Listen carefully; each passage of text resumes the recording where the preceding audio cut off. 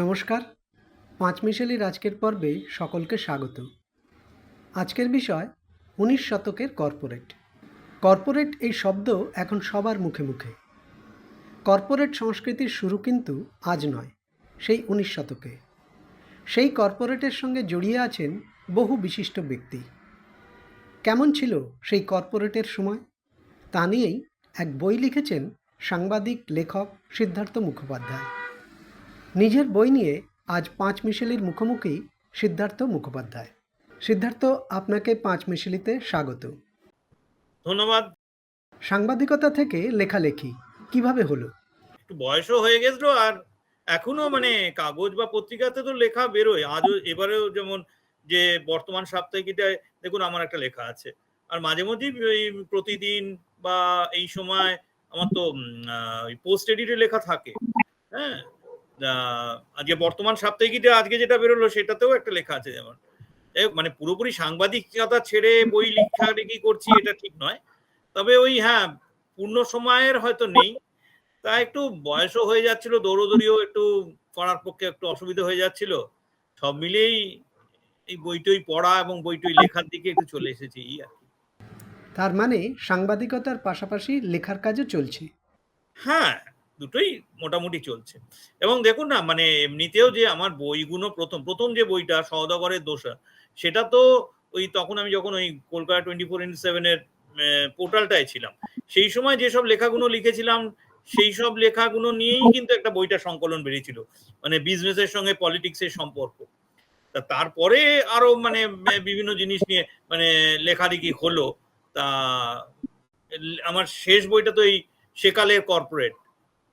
সেকালের কর্পোরেট বইয়ে বহু বিশিষ্ট ব্যক্তির উল্লেখ আছে, সে বিষয়ে কিছু বলবেন? বইটাই কিন্তু একটা টাইমের মোটামুটি ধরো প্রায় ২৫০ বছর থেকে প্রায় ১৫০ বছর আগের অনেক ঘটনার সাক্ষী। তাতে বাঙালি যেমন এসেছিল, কারণ একটা সময় তো বাঙালি খুব ভালোভাবেই ব্যবসা করতো। এই বলো রামদুলাল সরকার, মতিলাল শীল, দ্বারকানাথ ঠাকুর, সেসবও যেমন এসেছে। তারপর আবার টাটাদের কথাও কিন্তু আসছে বা কিছু এখানে এই বইতে উল্লেখ আছে। বা এবং আমরা যেমন জানতাম না, সাধারণত আমরা পলিটিক্যাল এলিমেন্ট বলেই জানতাম, যে পলিটিক্যাল পার্সন বলেই জানতাম দাদাভাই নওরোজিকে, কিন্তু তিনিও কিন্তু একজন মানে ব্যবসায়ী ছিলেন। তিনিও কিন্তু প্রফেসরি করতে করতে ব্যবসায় নেমেছিলেন। আসলে তখন অনেকেই দেখা যেত যে হয়তো প্রফেসরি করছেন বা করছেন, তার সঙ্গে সঙ্গে আবার কিন্তু নতুন নতুন ব্যবসার দিকে ঝুঁকে পড়ার এটা বাঙালির মধ্যেও অনেকের প্রবণতা ছিল। হ্যাঁ, যেমন প্রফুল্লচন্দ্র রায়ের কথাই ভাবো। হ্যাঁ, সেই ব্যবসাটা কিন্তু তারা করেছে। হ্যাঁ, তা সেই সব নিয়েই অনেক ঘটনা। বা ঠাকুরবাড়ি শুধু তো দ্বারকানাথ নয়, তার পরবর্তী প্রজন্ম ঠিকমতো হয়তো ব্যবসা করলো না, কিন্তু আবার চেষ্টাও করেছিল বা বাধ্য হয়ে ব্যবসা করছিল, এরকম অবস্থাও হয়েছে। দেবেন্দ্রনাথের ক্ষেত্রে বাধ্য হয়ে কিছু ব্যবসা করতে হয়েছিল, যদিও তার জন্য অনেক রকম তার সমস্যা হয়েছিল। আবার দেবেন্দ্রনাথ ঠাকুরকে একবার নাকি গ্রেপ্তারির মুখে পড়তে হয়েছিল, সেটা যদি একটু ব্যাখ্যা করেন। না, সেটার ব্যাপারটা হলো এমনিতে দেখো দেবেন্দ্রনাথ তোমার যখন এই দ্বারকানাথের মৃত্যুর পর ওর ঘাটে এসে পড়েছিল ব্যবসাটা, মূল দায়িত্ব। কিন্তু উনি খুব ব্যবসায়ের ব্যাপারে লোক ছিলেন না। ওর মেজো ভাই যিনি, তিনি মোটামুটি ব্যবসাটা দেখতেন, কিন্তু উনি তো এমনিতে খুব অনেস্ট প্রকৃতির লোক ছিলেন। এবং আস্তে আস্তে ব্যবসাটা যখন মার খাচ্ছে এবং তখন দেউলিয়া হয়ে যাওয়ার দিকে, তখন কিন্তু তাকে ভাবতে হয়েছিল আমাদের যা যা সম্পত্তি আছে সব দিয়ে দেওয়ার ব্যাপার। তো এই সব ব্যাপার নিয়েও কিন্তু তার ঠাকুরবাড়ির অন্য শরিকদের সঙ্গে ওনার একটু মনোমালিন্য হয়েছিল। তিনি প্রায় সবই এটা তো দেখা যায় না, আমরা এখন যেমন দেখি যে কেউ দেনা করলে পালিয়ে যায়, আর তখন কিন্তু একটা অদ্ভুত সমস্যা ছিল। এখন যেমন লিমিটেড লাইবিলিটির একটা আছে, তখন কিন্তু একটা সমস্যা ছিল যে কেউ ব্যবসা করলে যদি ব্যবসায় ফেল করে, তাহলে তার পৈতৃক বাড়ির টাকাও ঢুকে যেত। হ্যাঁ, এখন সেটা কিন্তু অতটা একটা সেফগার্ড থাকে। তা এবং দেবেন্দ্রনাথ কিন্তু ওই ওই রকম একটা ব্যাপার, যখন দেখা যাচ্ছে তাদের ব্যবসা পড়ে যাচ্ছে, হ্যাঁ, তখন কিন্তু সব বাড়ির সমস্ত সম্পত্তি প্রায় দিতে দিতে চলে যাচ্ছিলেন। সেখানে কিছুটা আটকে ছিল তাদের মধ্যে, যে অন্য শরিকরা কিছু ব্যবসাটাই কি বলে মামলা মোকদ্দমা করা টরার পরে।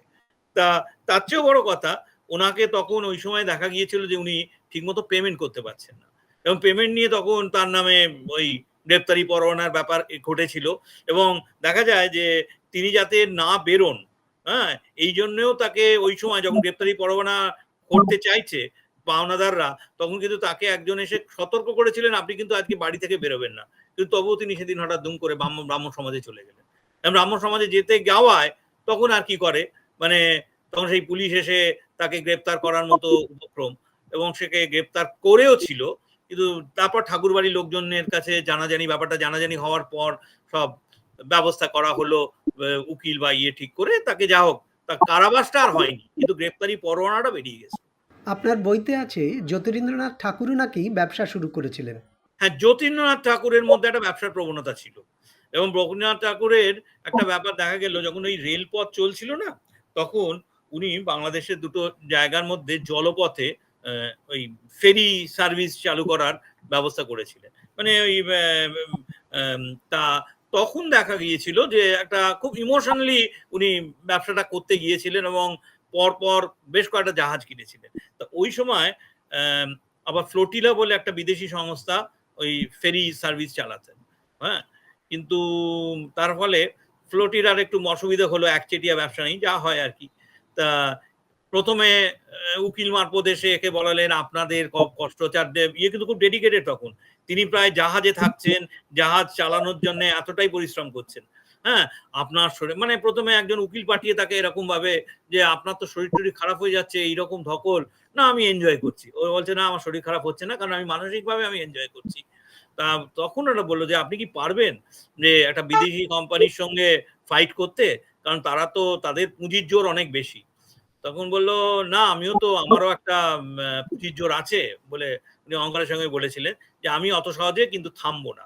আর তাছাড়া আমার কাছে একটা প্রধান পুঁজি হলো বাংলাদেশের, মানে সেখান পূর্ব বাংলার কিছু মানুষ, কারণ যখন ওরা ওই ঠাকুরবাড়ির জাহাজ চলাচল শুরু করেছিল, তখন কিন্তু দেখা গেছিল লোকাল ছেলেরা ওখানকার বরিশাল টরিশালের, যে তারা খুব ইমোশনালি ইনভলভ হয়েছিল যে হ্যাঁ ঠাকুরবাড়ির জাহাজ, এটা আমাদের জাহাজ, বাঙালির জাহাজ, এইসব, এবং সেটা দেখে উনি কিছুটা মোটিভেটেডও হয়েছিলেন। তা তারপরে যেটা হলো যে এই যখন দেখা গেল যে চলছে, এবং ঠাকুরবাড়ির জাহাজে মোটামুটি ভালোই লোক হচ্ছে, তখন যা হয় প্রাইস কাট, ভাড়া কমিয়ে দেওয়ার পদ্ধতি আরম্ভ হলো, এবং ফ্লোটিলা প্রথমে জাহাজের ভাড়া কমালো। এই দেখে যা হয়, কিছু লোক তো কম ভাড়া যখন ওখানে চলে গেল, এরপরে ও কমা দাম, ভাড়া কমালো, আমিও ভাড়া কমাবো বলে জ্যোতিনাথ ঠাকুরও ভাড়া কমিয়ে দিল। এই করতে করতে দেখা গেল একটা সময় প্রাইস কাটটা এমন জায়গায় নিয়ে গেছে যে যাত্রীরা জাহাজে উঠলে বেনিফিটেড, তারা মানে তাদের তো ভাড়া দিতে হচ্ছে না, উল্টে উল্টে কিছু গিফট টিফট পাচ্ছে। আর এইভাবে জাহাজ চালাতে গেলে অবশ্যই সে, মানে বুঝতেই পারছো যে লস হচ্ছিল, এবং যেটা অনেক সময় এটা লস হয়, আমরা অনেক সময় আজকে তোমার রিসেন্ট এদের ক্ষেত্রেও দেখেছো যে টেলিকম সংস্থা এরা বাজার ধরবার জন্য প্রাইস কাট করে ইয়ে করছিল, কিন্তু তাদের একটা লং টার্ম ওই ভাবনা ছিল যে আমরা বাজারটাকে ধরে নিলে, একচেটিয়া করলে তখন যা ইচ্ছে ভাড়া বসাতে পারবো বা মাসুল বসাতে পারবো। কি হলো শেষ পর্যন্ত? হ্যাঁ, এইটাই বলছিলাম যে এই যখন চলছে, তখন হঠাৎ একবার একটা জাহাজ ফিরতে গিয়ে, এবং সেটা তাও রক্ষে যে ওটা যাত্রীবহী জাহাজ ছিল না, মালবহন ছিল, কিন্তু মালবহন হলো তো সমস্যা, কারণ সেই মালের তো মানে কি বলে ক্ষতিপূরণ দেওয়ার ব্যাপার থাকবে, এবং সেটার জন্যেই ওই জাহাজটা শুধু ডুবলো না, জ্যোতিরিন্দ্রনাথ ঠাকুরের জাহাজের ব্যবসাটাও ডুবে গেল, এবং ভীষণভাবে তিনি দেনাদায় মানে পড়ে গেলেন, এবং সেই সময় মানে খুবই খারাপ অবস্থা হয়। এবং ব্যাপার হলো জ্যোতিরিন্দ্রনাথের দাদার বন্ধু ছিল আবার তারকনাথ পালিত, তিনি ওই সময় অবশ্য জ্যোতিরিন্দ্রনাথ ঠাকুরকে খুব হেল্প করেছিলেন, মানে ওইসব মানে পাওনাদারদের পাওনা মেটানোর ব্যাপারে। টাটাদের কারখানা জামশেদপুরে করার পেছনে এক বাঙালির অবদান নাকি অনেকখানি, সেটা যদি একটু বলেন। প্রমথনাথ বোস হলেন একজন জিওলজিস্ট, হ্যাঁ, জিওলজিস্ট, মানে আচ্ছা আর একটা না, প্রমথনাথ বোসকে আর একটা ভাবেও তোমরা হয়তো চিনতে পারো নামটা, জিওলজিস্ট নিশ্চয়ই নাম জানা উচিত সবারই। আর একটা তোমাদের সিনেমা জগতের খুব বিখ্যাত মানুষ হলেন মধু বোস, নাম শুনেছো বোধহয়, মধু বোসের বাবা আবার প্রমথনাথ বোস, এবং প্রমথনাথই বোস ফার্স্ট বোধহয় আমাদের দেশের জিওলজিস্ট। তিনি একটু অদ্ভুত, আবার তিনি আবার রমেশ দত্তের জামাই ছিলেন, হ্যাঁ। তাই প্রমথনাথ বোসের হলো কি এ একবার ওই যা হয় কনফ্লিক্ট হওয়ায় চাকরি ছেড়ে দিলেন, তারপরে উনি আবার ময়ূরভঞ্জের রাজার আন্ডারে ওই জিওলজিস্টের কাজ করতেন। তা জিওলজিস্টের কাজ করতে করতে তখন তিনি দেখলেন যে ওখানেও কিন্তু লোহা আছে এবং লোহাটা বেশ উঁচু স্তরে, মানে বেশ বেশি নিচে নামতে হবে না বা ইয়ে করতে হবে না, মানে ইকোনমিক্যালি অনেক ভায়াবল। হ্যাঁ, কারণ না ওই কারণ ওইটা দেখে প্রমথনাথ বোস কিন্তু জামশেদজি টাটাকে একটা চিঠি দিয়েছিলেন যে আপনারা কিন্তু এইখানে এসে কিন্তু এই অঞ্চলের কাছাকাছি এলে কিন্তু আপনারা ইস্পাত কারখানা করতে পারেন, কারণ তখন ওদের প্ল্যানিং এর মধ্যে ছিল যে ইস্পাত কারখানা। তখন ইস্পাত কারখানা এই এই চিঠিটা যখন দেয় তার বোধহয় কিছুদিনের মধ্যে, মানে বছর খানেকের মধ্যেই কিন্তু জামশেদজি টাটা আবার মারা যান। কিন্তু টাটার ছেলে, জামশেদজি টাটার ছেলেরা কিন্তু দেখা গেল এই ওই চিঠিটাকে খুব গুরুত্ব দিয়েছিলেন, প্রমথনাথ বোসের চিঠিটা। তার কারণ ওরা যে ইনিশিয়ালি যে প্ল্যানটা করেছিল টাটারা যেখানটায় ইস্পাত কারখানা করবে সেটা মধ্যপ্রদেশে, সেটা হলো রাজহারা দিল্লি, ওই জায়গাটাকে বেস করে ওইখানে লোহা পাওয়া যাচ্ছে। হ্যাঁ, অ্যাকচুয়ালি কিন্তু ওইটাকে বেস করে পরবর্তীকালে ভিলাই হয়েছে, মানে ওখানেও ছিল। এবং এটাও কিন্তু জিওলজিক্যালি প্রমথনাথ বোসই কিন্তু বলেছিল ওইখানে লোহা আছে, হ্যাঁ, আকরিক লোহা আপনারা পাবেন বা ইস্পাত করতে গেলে। তার ফলে ওটা আগের রিপোর্ট ছিল, কিন্তু পরবর্তীকালে ও এটা নোটিস করেছিল এবং যেটা মনে হয়েছিল বোধহয় লোহাটা আরো উপরে এবং আরো বেটার, এবং অন্যান্য শুধু লোহা বলে না, অন্যান্য ইয়েটাও তো খনি অঞ্চলটা এটা বেটার। হ্যাঁ, তাছাড়া কলকাতার কাছে এসব নানা রকম ব্যাপার ছিল। হ্যাঁ, সেই সব কারণে ওরা একটা চিঠি দিয়েছিল। এবং আসলে ময়ূরভঞ্জের রাজাও ওরা ভেবেছিল যে এখানে এলে সেখানকার মানুষের সঙ্গে কাজকর্ম অনেক বেটার হবে, মানুষের জীবন জীবিকা বেটার হবে। সেই জন্য ওরাও একটা অফার দেবে যে একে টাটাদের, এবং টাটারা আসে এবং খতিয়ে দেখে এবং তারপরে ওরা কিন্তু সিদ্ধান্ত বদলে দেয় এবং এই দিকে সরে আসে, মধ্যপ্রদেশ থেকে এই দিকে সরে আসে। ওই সাক্ষী, মানে ওটা এখন অবশ্য ঝাড়খণ্ডের এই দিকটায়, ওই জায়গাটাকে আলটিমেটলি চুজ করে, কারণ এই লোহাটাকে ভেবে, হ্যাঁ, এই কাছে লোহাটাকে ভেবে। এই এবং তখন ওই পরবর্তীকালে যেটা মানে জামশেদপুর বলে আমরা পরিচিত হয়েছি, ওই জায়গাটাকে বেছে নেয়। ওইটাকে বেস করে ওরা মানে ওর আশেপাশে কয়লা লোহা সবই কিন্তু ভালো, এটা ভেবে ওরা ওদের একদিক দিয়ে বলতে পারো যে টাটাদের ইস্পাত কারখানার ঠিকানা বদলে গেল ওই প্রমথনাথ বোসের চিঠিতে। এবং ওরা কিন্তু ওখানে প্রমথনাথ বোসকে খুবই রেসপেক্ট করে। বইতে গান্ধীজির প্রসঙ্গ রয়েছে, সেটা কিভাবে? হ্যাঁ, গান্ধীজির একটা ব্যাপার আছে যে খাদিকে নিয়ে, খাদির নিয়ে ব্যাপারটা দেখো, যখন ওই ইয়েটা আরম্ভ হয়েছিল, ওই কি বলে আমাদের বঙ্গভঙ্গ আন্দোলন, তখন থেকেই তো একটা ওই স্বদেশী আর বয়কট ব্যাপার ছিল, বিদেশি বয়কট করব, স্বদেশী জিনিস তৈরি করব, এই ব্যাপারটা তৈরি হয়েছিল। কিন্তু গান্ধীজিও যখন আরো একটু পরে খাদিটা মানে ওই 16-17 থেকে মোটামুটি মুভমেন্টটা খাদিটার ব্যাপারটা ভাবছে, গান্ধীজি শুরু করছে, তখন ওখানকার কিছু সেটজি ওকে হাসিয়েছিল যে খাদিটা হবে না, তার কারণ তার আগে তো একদল লোক এরকম স্বদেশী বয়কট করেছিল, ওদের লাভের লাভ কিছু হয়নি। তখন বরং ব্যবসাদাররা নাকি মানে অনৈতিক কিছু কাজ করেছিল। অনৈতিক কাজ মানে মানে তখন তো ইমোশন মানুষের, যে বিদেশি জিনিস বর্জন করে আমরা স্বদেশি জিনিস করছি। তারা তো প্রথম কথা বিদেশি জিনিস বেচেছে শুধু নয়, অনেক সময় তারা মানে মানুষকে মিসগাইড করেছে, যে বিদেশি জিনিসটাকে স্বদেশি জিনিস বলে চালিয়ে দিয়ে মুনাফা অর্জন করেছে, মানে এরকম বদমাইশি করেছে। তখন এটা যখন ওই সেটজির কাছে শুনেছিল গান্ধীজি, তখন বলেছিল যে আপনারা এটা করতে পারলেন। তা তবে এখানে একটা ব্যাপার কিন্তু, আমরা এই চরকায় সুতো কেটে যেভাবে খাদি তৈরি হবে, তাতে কিন্তু আমরা কিন্তু এদের এমন ভাবে এক সূত্রে বাঁধবো, দেখবেন মানে প্রডিউসার এবং কনজিউমার এবং এদের এবং সেলার তিনজনকে কিন্তু এক জায়গায় মিলিয়ে দেবো। ওনার এই একটা মানে কথা উনি দেখাতে চেয়েছিলেন এবং পরবর্তীকালে বলেছিলেন যে আমরা কিন্তু মানে মানে কোয়ালিটিগত এবং ইয়েগত আমরা এমন জায়গায় যাব, সেটা মানে তখন প্রথম কিন্তু দেখা গেল যে সেটা আমাদের ঘরে বাইরে তেও ইয়েতে দেখানো হয়েছিল যে স্বদেশি জিনিস তৈরি হয়েছে কিন্তু তারা কোয়ালিটিগত ভালো না। কিনবে হয়তো ইমোশনালি কিনছে, কিন্তু সেটা তো যদি কোয়ালিটিগত ভালো না হয় তাহলে। কিন্তু এটাও দেখা গেল যে খাদি কিন্তু সেই জিনিসটা কিন্তু ওভারকাম করে গেছে।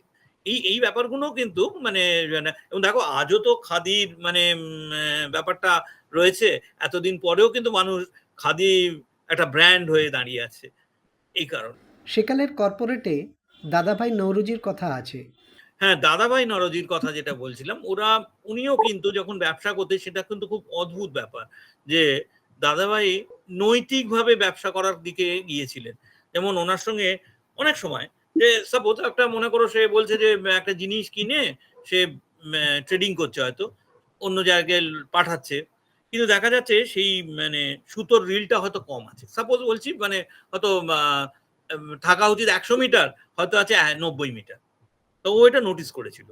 তা ওর পার্টনাররা বলেছিল আমার কি দেখার দরকার, যার কাছ থেকে আমরা মানে ম্যানুফ্যাকচার আর যে কিনছে তারা বুঝে নেবে, আমি মিডলম্যান, আমি কেন এত ভাবতে যাব। তা ও কিন্তু এটা বলে না, আমার হাত দিয়ে যখন যাচ্ছে এটা কিন্তু আমার দেখা উচিত যে আমার হাত দিয়ে যখন যাচ্ছে সেই জিনিসটা ঠিক কিনা সেটা মানে পারচেজারের কাছে সেটা কিন্তু আমার দেখা উচিত। বা ওনার দেখা গেল যে এরকম অনেক ব্যাপারেই দেখা গেল উনি যাদের সঙ্গে ব্যবসা করেছিলেন কনফ্লিক্ট হচ্ছিল, যার জন্য উনি ব্যবসা থেকে সরে এসেছিলেন ওদের মানে ওই পার্টনারদের সঙ্গে। তার কারণ হলো উনি অনেক নৈতিকতা, উনি বলেছিলেন যে মদ আফিং এই ধরনের যেখানে মুনাফা, তার মুনাফা আমি নেব না। হ্যাঁ, যেটা খুব ভাবা যায় না, কিন্তু উনি এই সব কিছু দেখা গেলে ওনার মানে আমার বইটা ওটা পড়লে দেখা যাবে যে ওনার কিন্তু এই কনফ্লিক্ট গুলো খুব অদ্ভুত। তা তুমি দাদাভাই নরজির কথা বলে আর একজনের কথাও বলি, সেটা হলো নাম শুনেছো বোধহয়, কারণ পিআরএস পিআরএস স্কলার বলতো, প্রেমচাঁদ রায়চাঁদ স্কলার। এই ভদ্রলোকও কিন্তু খুব অদ্ভুত লোক।